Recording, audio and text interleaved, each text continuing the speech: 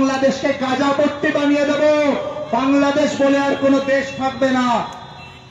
আমাদের seven sister, আমাদের chicken নেকের দিকে যদি বাংলাদেশি জিহাদি মৌলবাদীরা নজর দেয়, সেভেন সিস্টারের 1 ইঞ্চি জমি দখল করার আগে আমরা চট্টগ্রামে ভারতের পতাকা উড়াবো, খুলনায় ভারতের পতাকা উড়াবো, যশোরে ভারতের পতাকা উড়াবো, সিলেটে ভারতের পতাকা উড়াবো, রংপুরে ভারতের পতাকা উড়াবো। ইন্ডিয়ার একজন সাবেক জাতীয় নিরাপত্তা উপদেষ্টা বোর্ডের সদস্য, যে লোক ইন্ডিয়ার পরমাণু নীতি লেখার দলে ছিল, সে প্রকাশ্যে নিজের নামে লিখে দিছে বাংলাদেশের রংপুর বিভাগটা ভারতের দখল করে নেওয়া উচিত। কি ভয়ঙ্কর কথা! কোনো রাগঢাক নাই, কোনো ইঙ্গিত না, সরাসরি শিরোনাম লিখেছে। দেখেন, ইংরেজি যেহেতু লিখেছে ঠিকই লিখেছে না। বাংলাতে হচ্ছে যে শিলিগুড়ি করিডোর চওড়া করো, বাংলাদেশের রংপুর বিভাগ দখল করো। চিন্তা করেন কি হইতেছে। আর আমগারে সরকার বসে বসে আঙুল চুষিচ্ছে। আগে বুঝে নেই চিকেন নেক জিনিসটা আসলে কি, শিলিগুড়ি করিডোরটা কি। আগে শুনিছেন, তাও আবার বলি, শুনলে তো অসুবিধা নাই। এটা একটু দেখান ম্যাপে।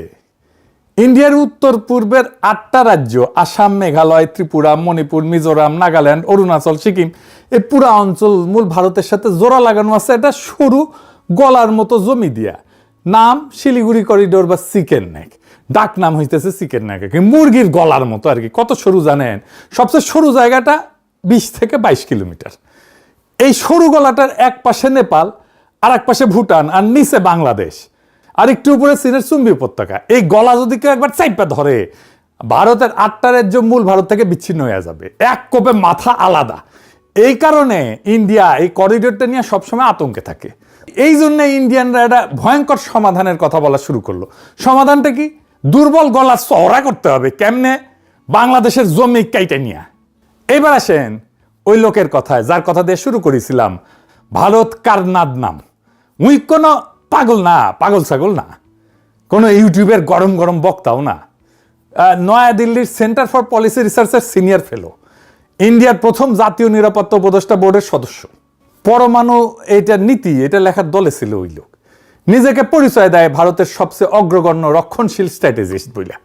তো এই লোক লিখলো, হুবহু শুনেন কি লিখলো। ওই লিখলো, ইন্ডিয়ার উচিত সামরিকভাবে বাংলাদেশের রংপুর বিভাগটা ছিনায় নেওয়া আর সীমান্তটা সোজা করে ফেলা। বালুরঘাট গাইবান্ধা রেখা বরাবর, ওই রেখাটা মনে রাখেন, ওই জায়গায় ফিরে আসবো। বালুরঘাট গাইবান্ধা রেখাটা মনে রাখেন। তার ভাষায় করিডোর চওড়া করা এখন জাতীয় নিরাপত্তার অপরিহার্যতা। কিভাবে দখল করবে? কারনাদ 2টা পথ বলে দিচ্ছে। প্রথম পথ হইতেছে ভদ্রভাবে কিনে নেওয়া। লিখছে ভারত ইন্ডিয়া ঢাকাকে প্রস্তাব দিতে পারে 16,000 বর্গ কিলোমিটার রংপুর বিভাগটা 10 থেকে 20 বিলিয়ন ডলারে কিনে নেবে। বাংলাদেশের তো 104 বিলিয়ন ডলার ঋণ। এই টাকা দিয়ে নাকি সেই ঋণের বোঝা কিছুটা কমবে। ওই নাম দিছে এটাকে লুইজিয়ানা পারচেজ, মানে আমেরিকা ফ্রান্সের কাছ থেকে লুইজিয়ানাটা কিনে নিয়েছিল ওইটা আর কি। তো যদি ঢাকা রাজি না হয়, তাহলে দ্বিতীয় পথ সামরিক অভিযান, সোজা বাংলায় যুদ্ধ করে কেড়ে নেওয়া। কিন্তু এর মধ্যে সবচেয়ে ভয়ঙ্কর অস্ত্রটা হইতেছে, সে বলতেছে রংপুর বিভাগে মানুষ থাকে প্রায় 1,80,00,000। কারনাদ এই মানুষগুলোকে নিয়ে কি লিখছে জানেন? লিখছে এই জনগোষ্ঠীকে সামরিক অভিযানের অংশ হিসেবে বাংলাদেশের ভেতরে ঠেলে দেওয়া উচিত। শুধু তাই না, আরো এক ধাপায় বলছে জনসংখ্যা বিনিময়ের প্রস্তাব দিছে। বাংলাদেশের 1,30,00,000 যে হিন্দু আছে, তাদের আর রংপুরের 1,80,00,000 মুসলমানের মধ্যে অদল বদল করে ফেলা হোক। মানে বাংলাদেশ হয়ে যাবে পুরোপুরি মুসলমানের দেশ, আর রংপুর হয়ে যাবে হিন্দুর দেশ ভারতের। বুঝে চাও? ভাবেন একবার। একজন সাবেক রাষ্ট্রীয় নিরাপত্তা উপদেষ্টা প্রকাশ্যে একটা প্রতিবেশী দেশের ভূখণ্ড দখল আর কোটি কোটি মানুষকে জোর করে উৎখাত করার কথা লিখতেছে। আর আমাদের সরকার বসে আছে চুরে আঙুল চুষিচ্ছে। এটা একটা লোকের কথা না, এটা একটা প্যাটার্ন। আসেন একটা একটা করে দেখি, তারিখ মিলায়। প্রথম লেখা 2024 সালের 9 ডিসেম্বর। দিনটা মনে রাখেন। এই দিন ইন্ডিয়ার পররাষ্ট্র সচিব বিক্রম মিশ্রি ঢাকা আইসিছিল। এসে ওয়াকারুজ্জামান প্রভুপাদের সাথে গোপনে মিটিং করে গেছিল প্রফেসর ইউনূস সরকারের আমলে। এবার ওই দিনই ওই স্বরাজ্য ম্যাগাজিনে সাবেক এডিটোরিয়াল ডিরেক্টর জগন্নাথ একটা লেখা ছাপল। শিরোনাম, বাংলাদেশের হিন্দুদের জন্য কেন ভারতের দ্বিজাতি তত্ত্ব সমাধানে মনোযোগ দেওয়া উচিত। এই লোক কি লিখলো শুনেন। ওই লিখলো যে ভারতের উচিত গোপনে এবং প্রকাশ্যে যত বেশি সম্ভব হিন্দুকে ভারতের সীমান্তবর্তী বিভাগগুলোতে সরায় আনা, যাতে পরে তাদের সামরিকভাবে রক্ষা করা যায়। আর বিচ্ছিন্ন করার জন্য 3টে বিভাগের নাম বলছে, রংপুর, সিলেট আর খুলনা। আর শেষে লিখলো সবচেয়ে সরাসরি লিখলো যে ইন্ডিয়াকে বাংলাদেশের জন্য দ্বিজাতি তত্ত্ব সমাধান মেনে নিতে হবে, যেখানে দেশের একটা অংশ রাজনৈতিক চুক্তির মাধ্যমে অথবা জোর কইরা কেটে নিয়ে বাংলাদেশের হিন্দুদের বসানো হবে। জোর কইরা বাই ফোর্স লিখছে, শব্দটা ওর নিজের লেখা, আমি যোগ করি নাই। এইবার দ্বিতীয় লেখা 2025 সালের 1 এপ্রিল।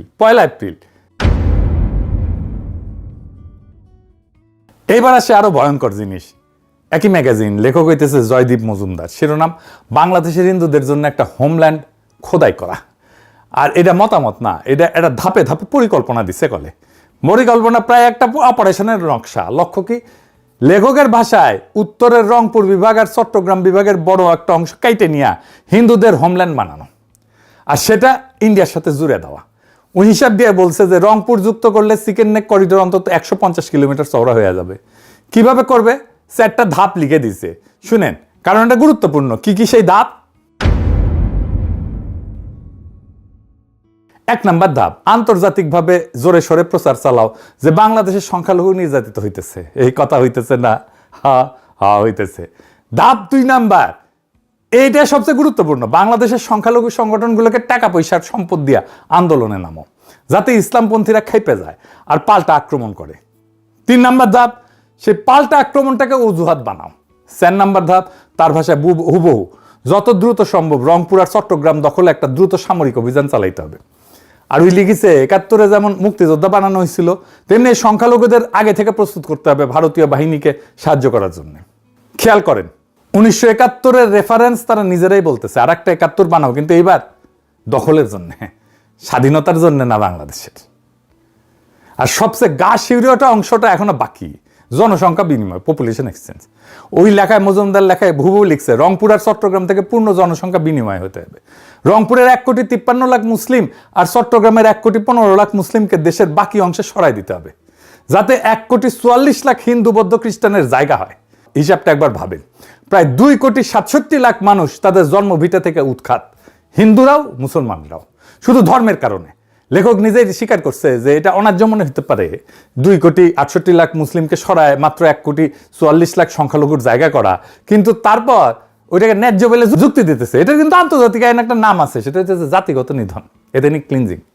একটা ভূখণ্ড থেকে একটা ধর্মের মানুষকে জোর করে সরায় দেওয়া। আপনি ভাবতেছেন যে এগুলো কল্পনা, জিনা। কাজ শুরু হয়ে গেছে, অন্তত রংপুর অঞ্চলে কাজ শুরু হয়েছে, প্রচুর টাকা পয়সা ঢালা হয়েছে, যুক্ত আছে ইন্ডিয়ান হাই কমিশন, ঢালা হইতেছে প্রচুর কালো টাকা, যুক্ত হয়েছে বাংলার লুথার কিং এর দলের লোকেরা, বেকুবেরা তো তাই করবে। আসেন সেই নতুন গল্পে ঢুকি, আপনাদের নিয়ে যাইতেছি পলাশবাড়িতে। এটা সাহেব গুগল ম্যাপে পলাশবাড়ির জায়গাটা দেখান, দেখেছেন একেবারে বাংলাদেশ ম্যাপের সরু অংশটার মধ্যখানে, তাই না? ও কেছিল না বালুরঘাট গাইবান্ধা রেখা, ওইটা যদি রংপুর কাইটে নিতে হয় তাদের দাদাদের পরিকল্পনা অনুসারে, তাহলে এটাই মোক্ষম জায়গা যেখানে আপনার এটা ভালো হোল লাগবে। আচ্ছা আসেন আপনাদের এই জায়গার একটা অংশে নিয়ে যাই।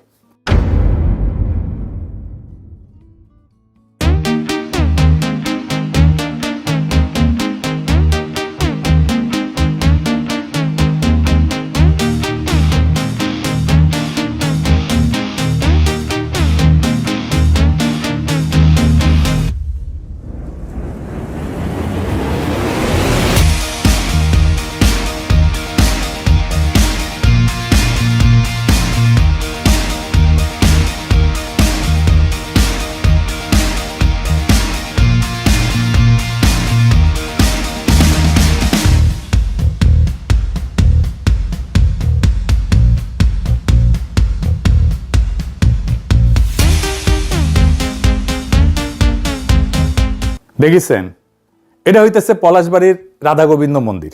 শুধু মন্দির না, এটা আছে সুইমিং পুল, বাচ্চাদের খেলার জায়গা, বলা যাইতে পারে এটা একটা থিম পার্ক। এটা বাংলাদেশের সবচেয়ে বড় হিন্দুদের কালচারাল রিলিজিয়াস সেন্টার। কোনোদিন শুনেছেন? শুনেন নাই? দেখেন রাতে তার অপরূপ দৃশ্য।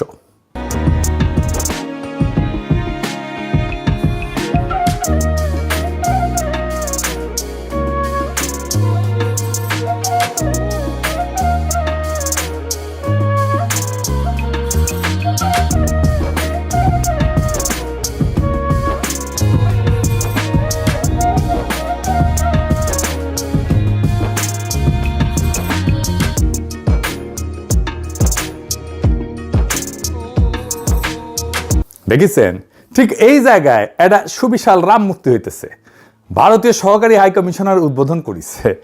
এই যে দেখেন, একই জায়গায় আর একটা সুবিশাল কৃষ্ণ মূর্তি হয়েছে, সেটা উদ্বোধন করেছে ভারতীয় সহকারী হাই কমিশনার। এই পলাশবাড়িতে গীতা মহোৎসব হয়েছে এই জায়গায়, এই মন্দিরে। ওইখানেও আসছে ইন্ডিয়ান সহকারী হাই কমিশনার। বাংলাদেশের হিন্দু সম্প্রদায় তাদের ধর্মাচার করবে উৎসাহ উদ্দীপনার সাথে, এটা তো খুবই আনন্দের কথা। কিন্তু ইন্ডিয়ান হাই কমিশনার কাম কি, কি আমরা পরে দেখবনি। আমি ভাবলাম পলাশবাড়িতে মনে হয় হিন্দু সম্প্রদায়ের লোকজন বেশি, বা প্রচুর বড় লোক আছে হিন্দুরা।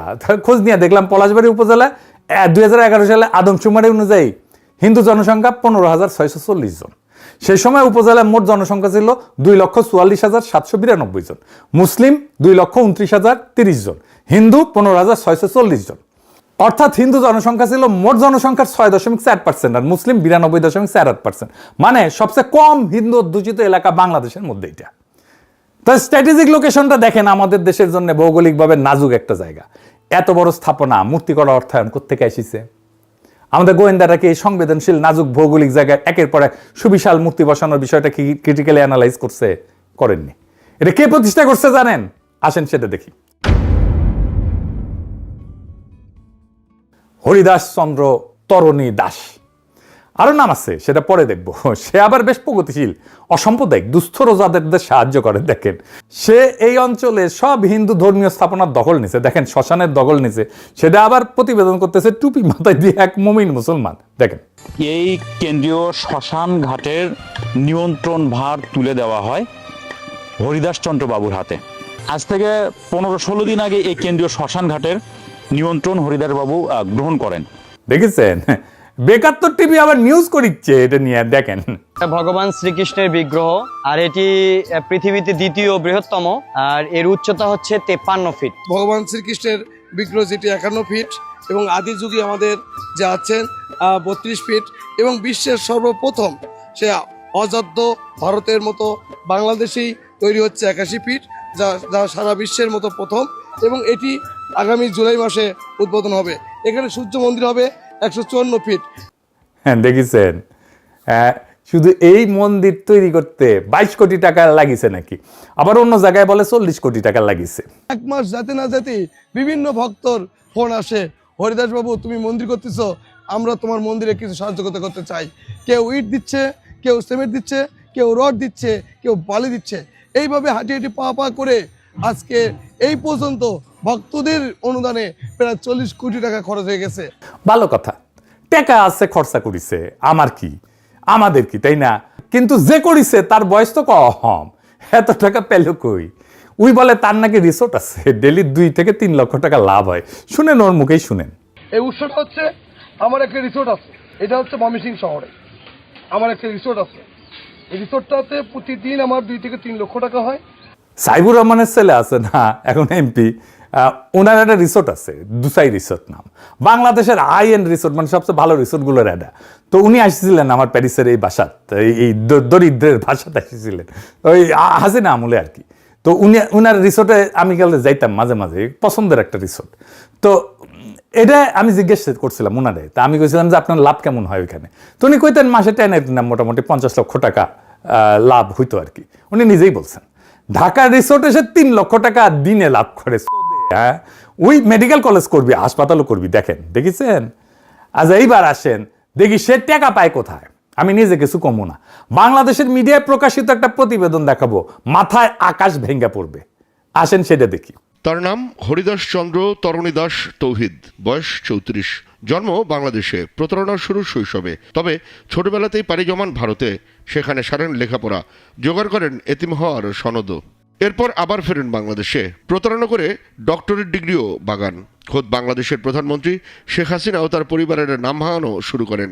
মাননীয় প্রধানমন্ত্রীর নিকট আত্মীয়ের পরিবারের সদস্যের পরিচয় দিয়ে তারা ভুয়া টেন্ডারবাজি করছে বা তারা চাকরি দেওয়ার নাম করে অর্থ আত্মসাৎ করছে।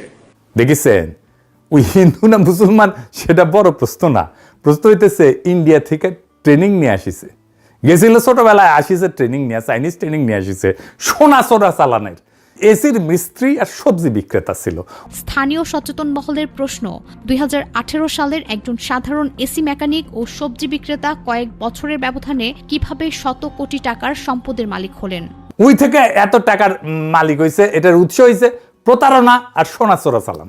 খুনটুনো করে, শোনেন ওর মুখেই শোনেন। আমি যদি তারা মেরে ফেলে বাইরে আলবাই একদম মেরে ফেলে চলে যাবো, আমি যখন চলেই যাবো তখন তারা মারি।